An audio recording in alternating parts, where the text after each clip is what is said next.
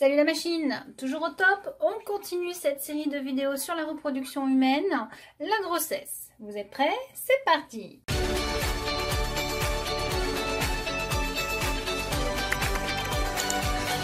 Alors l'histoire d'une grossesse démarre par la libération d'un ovule.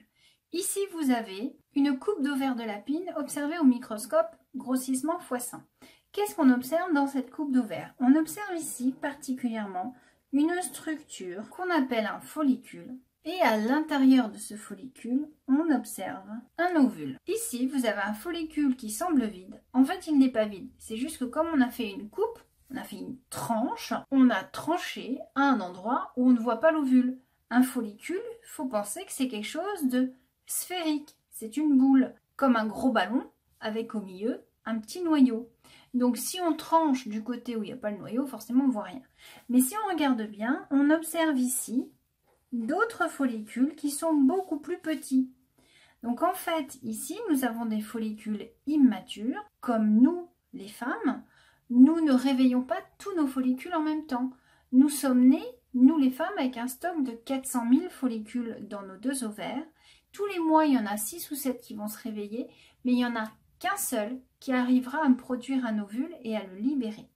Quand l'ovule sera libéré, on va observer des masses granuleuses, comme ici. C'est ce qu'on appelle le cœur jaune. Alors vous allez me dire, il n'est pas jaune, il est rose. Oui, mais c'est normal. On a mis un colorant rose pour que ça se voit bien au microscope. Donc le jaune, on ne le voit pas. Mais là, ce corps jaune, c'est un ancien follicule qui a perdu son ovule. Donc tant qu'on est au stade follicule avec ovule, le follicule produit des oestrogènes, ce qui indique à l'utérus que l'ovule n'est pas sorti. Quand l'ovule est sorti, le follicule se transforme en corps jaune et se met à produire de la progestérone, ce qui indique à l'utérus que l'ovule est sorti et qu'il faut donc fabriquer des vaisseaux sanguins pour accueillir l'éventuel bébé. Ici, vous avez une image de spermatozoïde de taureau observée au microscope au grossissement x600.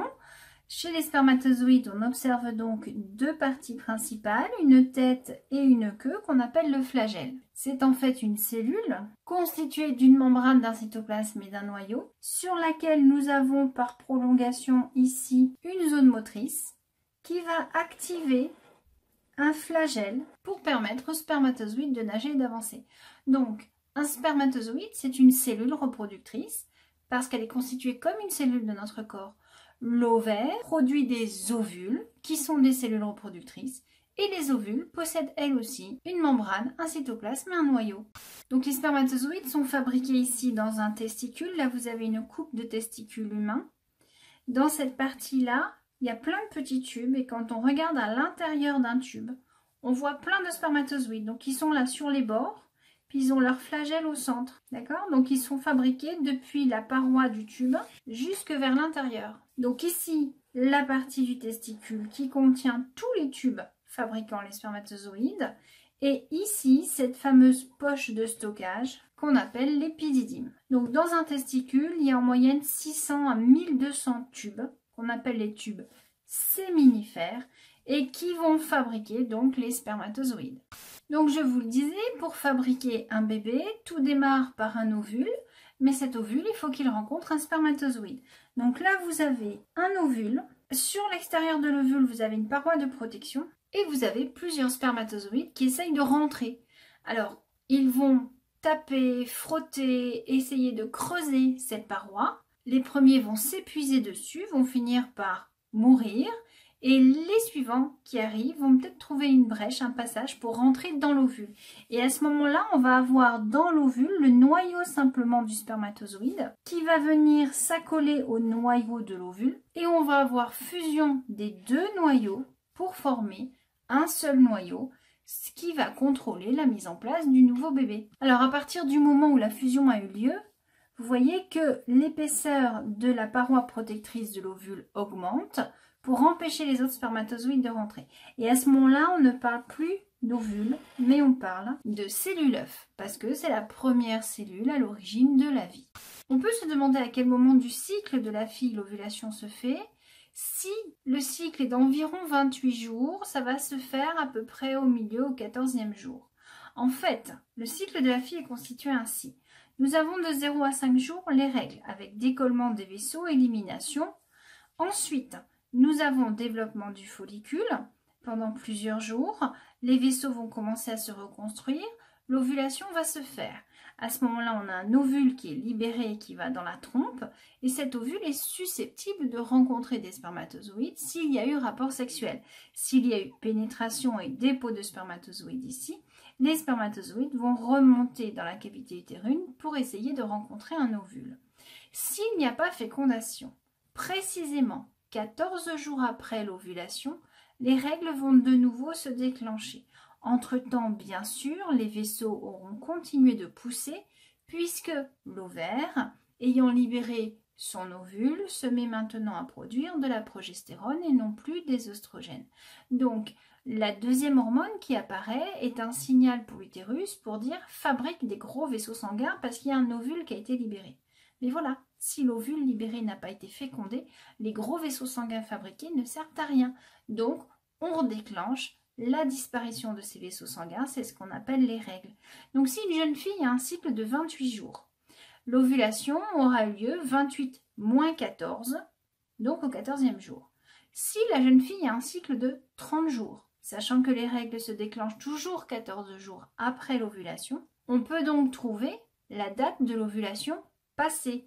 Donc, on fait 30 moins 14, ce qui veut dire qu'on peut déterminer la date à laquelle le dernier ovule est sorti, mais on ne peut pas déterminer la date à laquelle le prochain ovule va sortir, puisqu'en fait c'est la sortie de l'ovule qui déclenche les règles.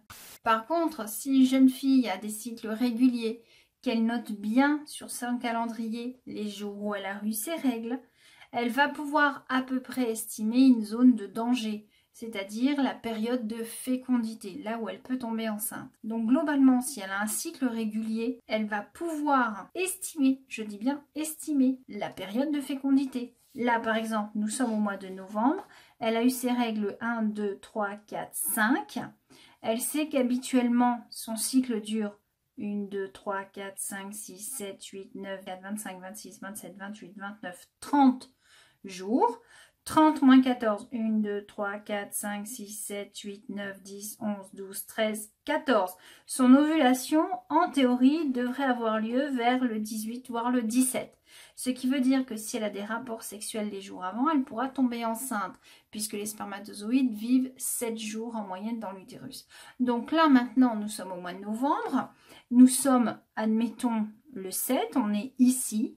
Et elle se pose la question si elle peut avoir des rapports sexuels non protégés. Alors vérifions. Reprenons son cycle de 30 jours, c'est-à-dire que son cycle devrait se terminer le 30. Remontons 14 jours en arrière. 1, 2, 3, 10, 11, 12, 13, 14. Donc en théorie, son ovulation devra avoir lieu le 17. Je vous rappelle que dans l'hypothèse où nous sommes le 7 novembre, elle se demande si elle peut avoir des rapports sexuels non protégés. Eh bien, en théorie, son ovulation devrait avoir lieu le 17, elle l'a calculé. Ça veut dire que là, cette zone-là, c'est danger. Maintenant, est-ce que c'est fiable comme méthode? Oui et non. Parce qu'il suffit qu'elle soit fatiguée, il suffit qu'elle soit malade, il suffit qu'elle ait un choc émotionnel pour que l'ovulation soit décalée. Souvenez-vous, qui est-ce qui contrôle les ovaires? Je vous l'ai dit dans la vidéo précédente, c'est le cerveau. Or, si votre cerveau ne va pas bien parce que vous n'êtes pas bien, parce que vous êtes stressé, eh bien l'ovulation sera décalée.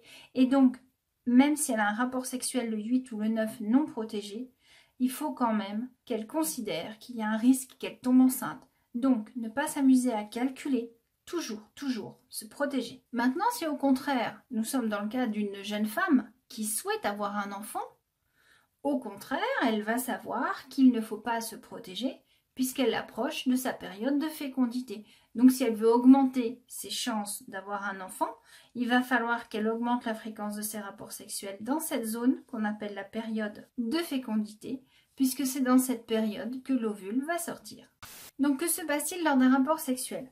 Les spermatozoïdes qui étaient fabriqués ici, qui ont été stockés ici, vont remonter dans le canal déférent, vont arriver au niveau de la vésicule séminale de la prostate.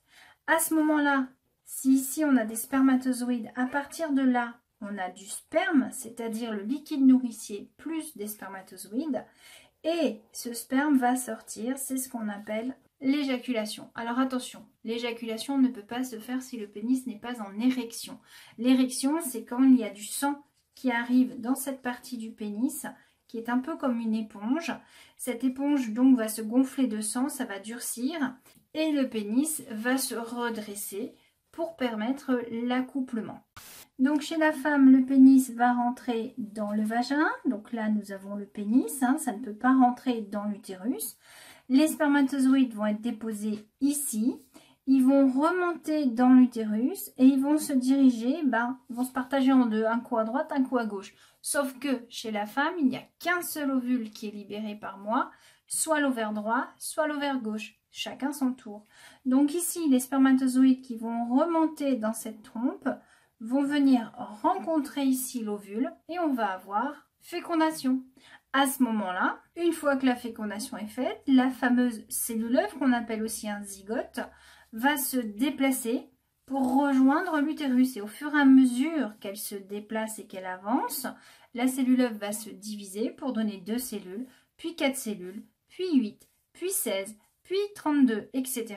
jusqu'à avoir suffisamment de cellules pour commencer à organiser un embryon qui va pouvoir se fixer dans les vaisseaux sanguins de l'utérus environ au 8e ou 9e jour. C'est ce qu'on appelle la nidation. On dit que l'embryon fait son nid. Il va vraiment s'accrocher dans les vaisseaux sanguins.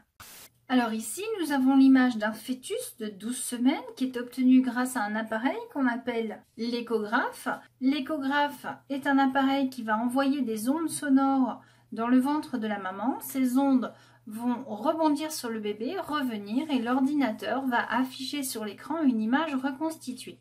Donc ici, nous avons bien le dos, la tête avec le nez, la bouche, ici le ventre du fœtus. Donc jusqu'à 8 semaines de développement, on parle d'embryon et à partir de 8 semaines de développement, on parle de fœtus. Ce qui est particulier chez nous, les mammifères, par rapport à la majeure partie des animaux qui pondent des œufs, c'est qu'au final, nous, notre œuf, nous l'avons gardé dans notre poche qu'on appelle l'utérus. Seulement, on a un petit problème, va bien falloir le nourrir, ce bébé. C'est pour ça que le bébé développe, en contact avec la paroi de l'utérus, une zone qu'on appelle le placenta. Ce placenta permet de faire les échanges entre la maman et l'enfant. Et ce placenta est connecté au bébé par le cordon ombilical dans lequel il y a des vaisseaux sanguins. Un vaisseau pour amener du sang et un vaisseau pour que le sang reparte vers le placenta. Alors le bébé n'est pas positionné comme ça dans l'utérus. Il n'est pas au contact des vaisseaux sanguins de l'utérus. Il y a une poche qui délimite vraiment le bébé et cette poche, elle est remplie d'eau, de l'eau. C'est pour ça que quand on arrive à la fin de la grossesse, au moment de l'accouchement, ici vous avez le vagin. Quand la poche se casse, elle se rompt, du verbe rompre, on a l'eau qui coule. Et donc, la maman dit, j'ai perdu les os, avec un X. Les os, l'eau qu'elle a dans sa poche. Pas ses os OS de son corps, hein. Elle perd les os. Et donc, si elle perd les os, c'est qu'elle sait que le bébé va sortir. Donc, pour que le bébé sorte, il faut qu'il puisse passer la tête par le vagin. Il va donc falloir que le vagin se dilate. Et principalement, la partie de contact entre le vagin et l'utérus, qu'on appelle le col de l'utérus, il va se dilater jusqu'à 10 cm, c'est-à-dire la taille de la tête d'un bébé. Donc au début de l'accouchement, la maman a des contractions, c'est-à-dire que le muscle utérin va se contracter sur lui-même pour chasser le bébé, le forcer à sortir par la seule et unique ouverture qui est le vagin. N'oubliez pas que le muscle utérin est un muscle creux. C'est vraiment comme si mes mains c'était l'utérus, le bébé il est dedans et le muscle se contracte sur lui-même pour forcer le bébé à sortir, exactement comme si vous prenez une éponge, que vous pressez l'éponge, vous faites sortir l'eau. Là c'est pareil, sauf que c'est pas liquide un bébé, c'est dur. Donc la tête va commencer à s'engager, ça va pousser sur le col de l'utérus qui va s'écarter.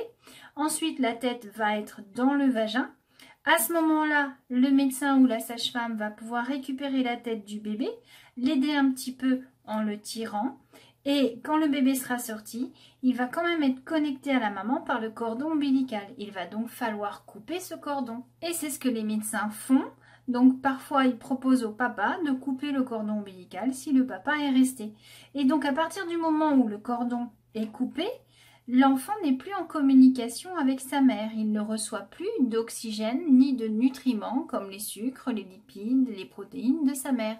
Et il va donc falloir qu'il devienne autonome. Et c'est pour ça qu'un bébé, quand il naît, doit pleurer. S'il pleure, c'est la première entrée d'air dans ses poumons. On sait qu'il respire. Un bébé qui ne pleure pas, c'est un bébé qui ne respire pas. Donc souvent, les sages-femmes, si elles voient que le bébé est un peu trop lent à pleurer, elles vont lui donner une petite claque sur les fesses pour lui faire mal. C'est normal parce qu'il faut qu'il pleure. S'il ne pleure pas, il ne va plus recevoir d'oxygène puisque le cordon est coupé. La mère ne pourra plus lui en donner et donc il risque de mourir d'étouffement. Donc je reviens au placenta qui, vous l'avez compris, est un organe essentiel pour le développement de l'enfant. Ce placenta, donc, c'est une zone de contact entre l'enfant et la mère, mais les sangs ne se mélangent jamais. On a des vaisseaux sanguins de l'enfant qui viennent du cordon ombilical, qui vont se diviser, faire des ramifications comme un arbre. Et ils vont aller se plonger, ces vaisseaux sanguins, dans une poche pleine de sang de la mère. Mais jamais les deux sangs ne se mélangent. C'est comme si je disais que ma main, c'est les vaisseaux sanguins du bébé. Donc, j'ai le sang qui circule à l'intérieur. Je trempe ma main dans un bol d'eau. L'eau n'est pas en contact avec mon sang qui est à l'intérieur. Par contre, si je trempe ma main dans une eau riche en magnésium, calcium, etc., je vais pouvoir récupérer les sels minéraux à travers ma peau. Ça va faire du bien à ma main. Et à ce moment-là, ces sels minéraux vont passer dans mon sang et vont remonter dans mon corps. C'est ce qu'on fait dans les cures thermales au passage. Donc ici, c'est la même chose. Les vaisseaux sanguins du bébé vont plonger dans une poche de sang de la mère, mais comme il y a la paroi des vaisseaux, jamais le sang de la mère et le sang de l'enfant ne se mélangent. Par contre, quels vont être les échanges? La mère va donner de l'oxygène, le bébé va se débarrasser du CO2, le bébé va également se débarrasser de l'urée, c'est un déchet des cellules, et par contre, le bébé va prendre des nutriments, sucre, graisse, protéines, etc. pour se nourrir. Donc vous comprenez bien que si on coupe le cordon ombilical, on bloque tous les échanges avec la mère. Et c'est pour ça qu'il faut absolument que le bébé, dès la naissance, pleure pour pouvoir respirer, pour s'approvisionner tout seul en oxygène et rejeter son CO2. Et il faut rapidement le mettre au sein de la maman pour qu'il puisse se nourrir du lait de sa mère, parce que sa mère ne peut plus lui donner de nutriments par le cordon ombilical.